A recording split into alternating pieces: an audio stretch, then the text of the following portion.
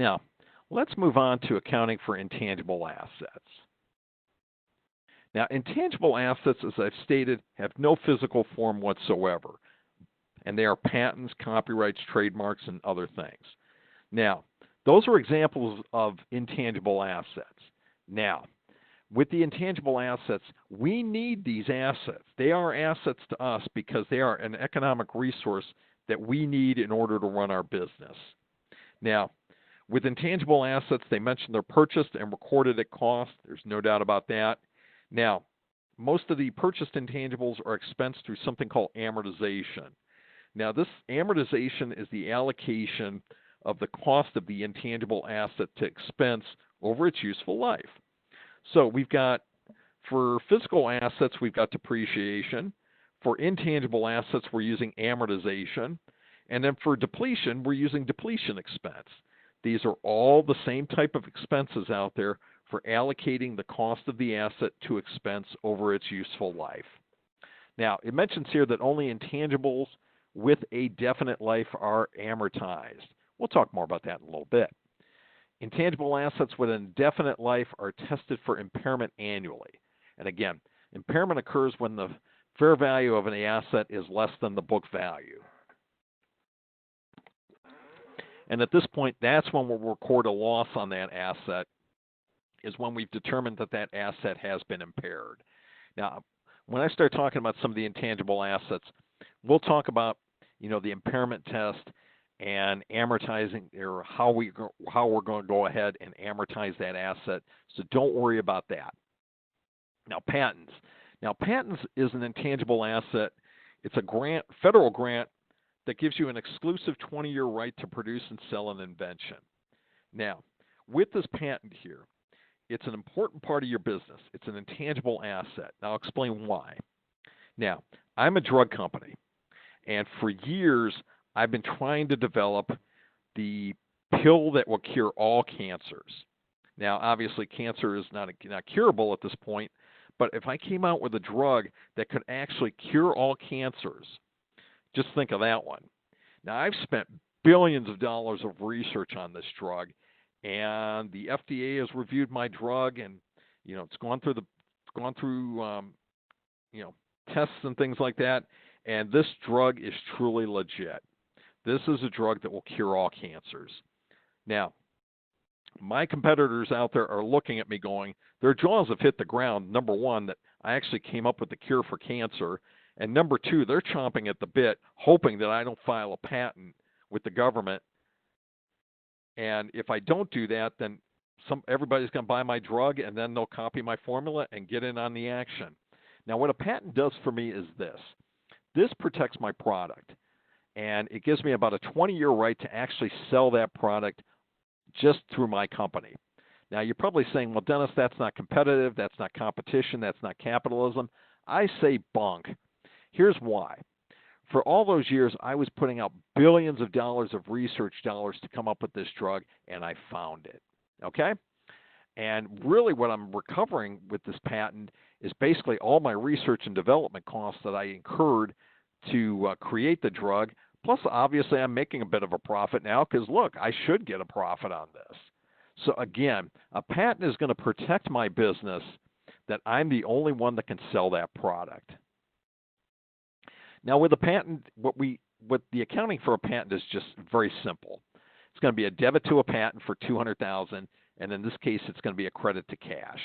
Okay, for at least for this entry here. That's all there is to it. Okay. Now, with a patent, if I've determined that that patent is going to be good for 5 years, all I'm going to do is I'm going to do some amortization expense on this, and I'm going to figure out my amortizable cost, which is usually my cost minus my residual value. Now, residual value in most intangibles is going to be zero. Why? Because there's going to be no value to this asset at the end of its useful life. So it's going to be cost minus residual value of 0 divided by a useful life of 5 years. My amortization for this patent is going to be $40,000 a year. And that's what I'm going to book as my entry. So again, I'm going to make a debit to amortization expense, and then I'm going to make a credit to the patent at this point. or I can make a debit or a credit out there to accumulated amortization.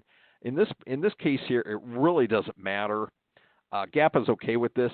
So again, I can make the credit to the patent itself, or a credit to accumulated depreciation to figure out the book value of my patent.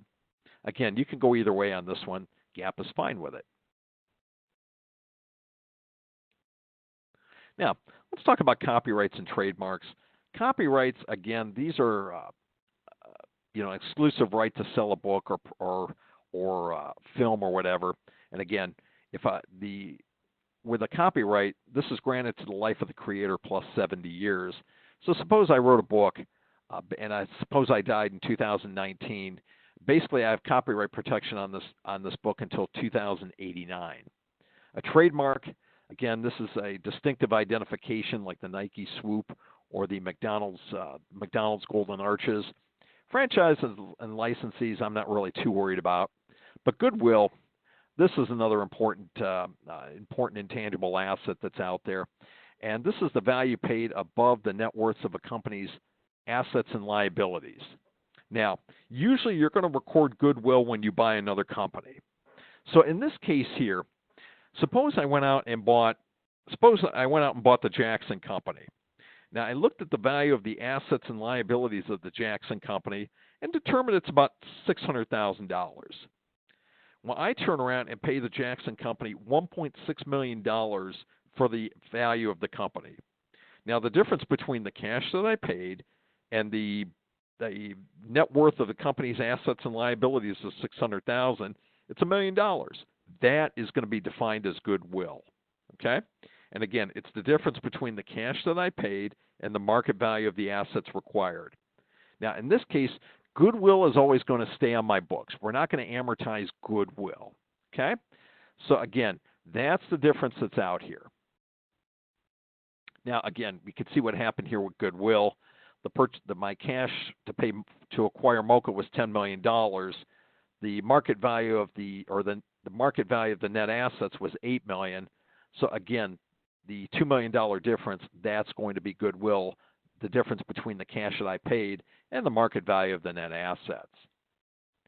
So again, what I'm going to have here to record that purchase of Mocha is a debit to assets or whatever asset accounts that are out there, a debit to goodwill for $2 million, credit to liabilities of $1 million, and a credit to cash of $10 million.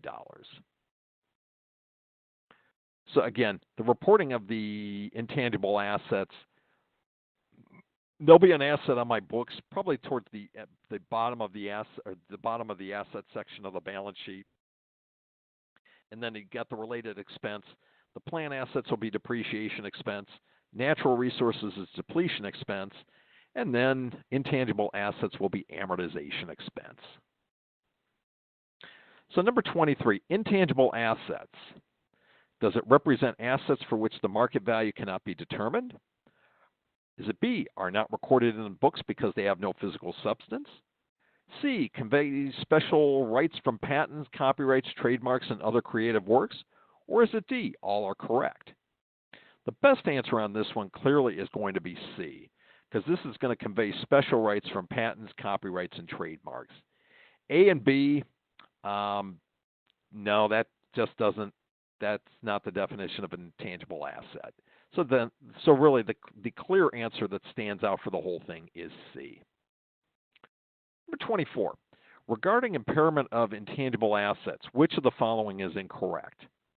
Impairment A, impairment occurs when the fair value of an intangible asset is less than the book value?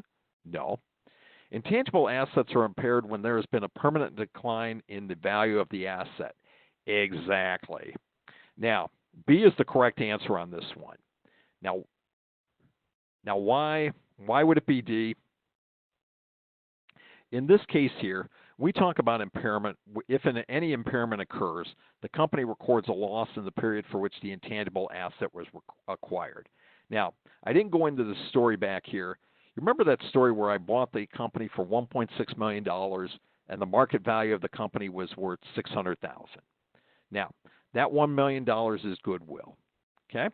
Now, every year I'm going to be determining, has there been any changes or any cause that I should write off goodwill, or goodwill is not a value or is not an asset anymore. Well, the reason why I bought the company is because the person that runs the company, the president, we'll call him Chris, he is truly the company. And so I told Chris that I'll buy your company, but you're going to run it.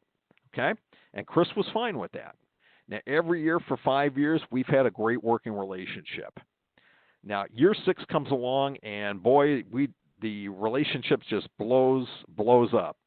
Chris just walks out on me. He doesn't want to be a part of the organization anymore. He walks out. I tell him, good riddance. I can run your company better than you. Well, guess what happens at the end of the first year? I couldn't run the company better than him. So the company just literally went belly up. And so there's no value to that company that I bought anymore. At that point, goodwill is considered impaired, and in which case I'm going to write off the whole $1 million in year 6. When the impairment occurs, that's when we write off goodwill. So the answer on this one is D. Number 25, intangible assets. Do they A, have a definite life? B, are recorded at cost when purchased externally? C, are always expensed through amortization? Or D, do not include goodwill? Well, in this case here, the correct answer on this one is B, because you're always going to record the intangible assets at cost if you buy them externally. Number 26, businesses record goodwill, A, when they enjoy an outstanding reputation and loyalty with customers. B, if they acquire another company at an amount higher than the market value of its net assets. I'll tell you, this one right here, I'm going to stop right at B, because that's the answer right there. Again, if you acquire a company at an amount higher than the market value of its net assets, that's considered goodwill. 27. Which of the following items should be amortized? And again, amortization always comes with intangible assets. And the intangible assets out there are goodwill, patents, copyrights, trademarks. But which one of B and C is it? Now, goodwill is always going to be written off. It's not amortized at the time that it is considered impaired.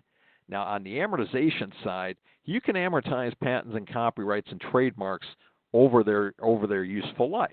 So the correct answer on 27 is definitely C. 28. Which of the following accounting methods is generally used to compute amortization expense? Normally, this one's going to be straight line. Okay? So in this case here, the correct answer is C on that one.